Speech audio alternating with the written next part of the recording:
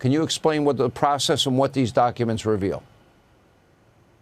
Yeah, thank you so much, Sean. This is such an important issue, and I just want to start by saying that this is an issue that is important to every single one of us as Americans. This is not a partisan issue.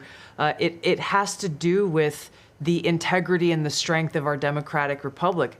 And it lays out this over 100 documents that you're referencing that I released, declassified and released, spells out in great detail exactly what happens when you have some of the most powerful people in our country directly leading at the helm, President Obama and his senior-most national security cabinet, James Comey, John Brennan, James Clapper, and Susan Rice, and others, essentially making a very intentional decision to create this manufactured, politicized piece of intelligence with the objective of subverting the will of the American people, who in November of 2016 delivered a historic victory to President Trump, defeating Hillary Clinton. And President Obama and his team, their goal was to essentially not accept the decision of the American people and to use this manufactured, politicized intelligence as a means to enact what would become essentially a years-long coup against President Trump. You have gone into great detail over these years of what the effects of this document and this decision have resulted in.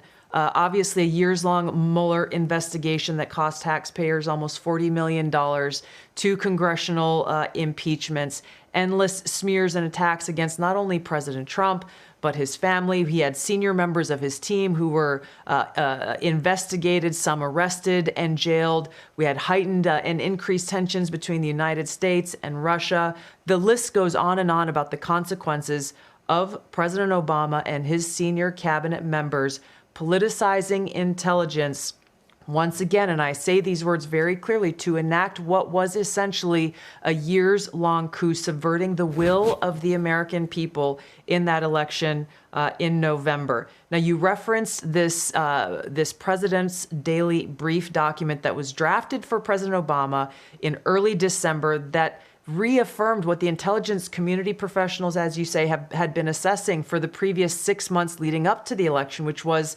that Russia neither had the intent nor capability to essentially hack the outcome of the U.S. election. As you said, President Obama's political appointees pulled that document before it could be published, and it has not been published until we released it today. And the very next day after they pulled that document, President Obama called a National Security Council cabinet meeting to discuss how Russia interfered with the election. Again, this is the first week of December. This is December 9th, President Trump had already won. Correct. This is the December 9th meeting. That's exactly right. The December 9th meeting, we declassified and released what they call the summary of conclusions from that meeting. Then DNI James Clapper took the lead on what President Obama wanted done, and which was essentially create a document that tells us not if, but how Russia interfered with the election. President Obama delivered the conclusion that he wanted the intelligence community to reach and directed them to find and essentially create and manufacture the intelligence to support the conclusion that President Obama wanted to deliver to the American people.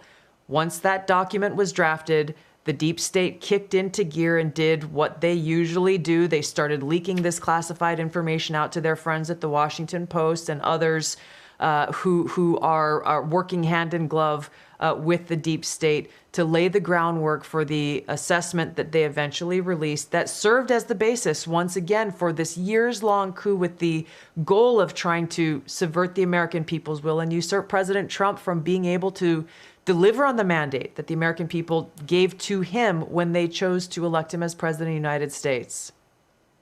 So you had career intel people that came to a conclusion that, in fact, Russia did not interfere, that it had no impact, and they didn't like the assessment, and they have this meeting with President Obama at the time, and they make the decision, a very conscious decision, to pervert real intelligence, turn it into phony intelligence, but also simultaneously something else was happening. And James Comey, for example, was warned about the Russian disinformation dossier that was paid for by Hillary Clinton. He was warned not to trust it, but it became the bulk of information for not one but 4 separate FISA warrants, ruined Carter Page's life, but also backdoored an ability for them to spy on President Trump, candidate Trump, and transition team Trump. Nobody was ever held accountable for that either. Now, to me, it sounds like you have appointed, powerful bureaucrats that just flat out created a narrative that was false to undermine a duly elected president. Now, if that's not a grand conspiracy, I don't know what would be. Do you see crimes here? I do, Sean, and I'm referring all of these documents that we have found and uncovered, referring them to the Department of Justice for further investigation, accountability, and action, not just investigation, but action. Accountability has to take place. The American people's ability to have faith and trust in the integrity of our democratic republic is literally what's at stake, and therefore the future of our ability to exist as the country that we know it.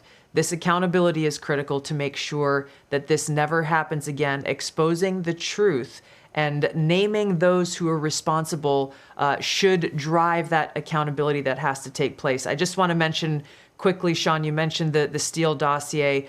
That plays a critical role in these documents that we released, specifically because James Clapper, James Comey, John Brennan, they all knew that the Steele Dossier was discredited at this point. It's not something any intelligence professional looked to as something that could be referenced or should be referenced in any intelligence assessment whatsoever.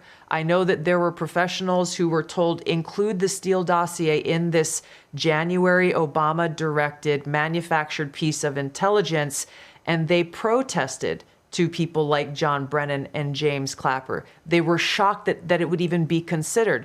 The Steele Dossier was used in this manufactured assessment that President Obama directed be created, along with many other pieces of intelligence that the intelligence community itself, for months leading up to the election, said this is not credible and should not be used at all. We've got to get to the bottom of this. I hope there are criminal referrals at the end of this. This investigation has got to be thorough, and I have every belief that we eventually, this is a big release today. Declassifying this is a big deal. I spent 3 years on this program unpeeling every layer of the onion, and the media just were used as propagandists, pushing a false conspiracy theory for 3 years, and it did great damage to the country. Tulsi, great work. Thank you. We appreciate it.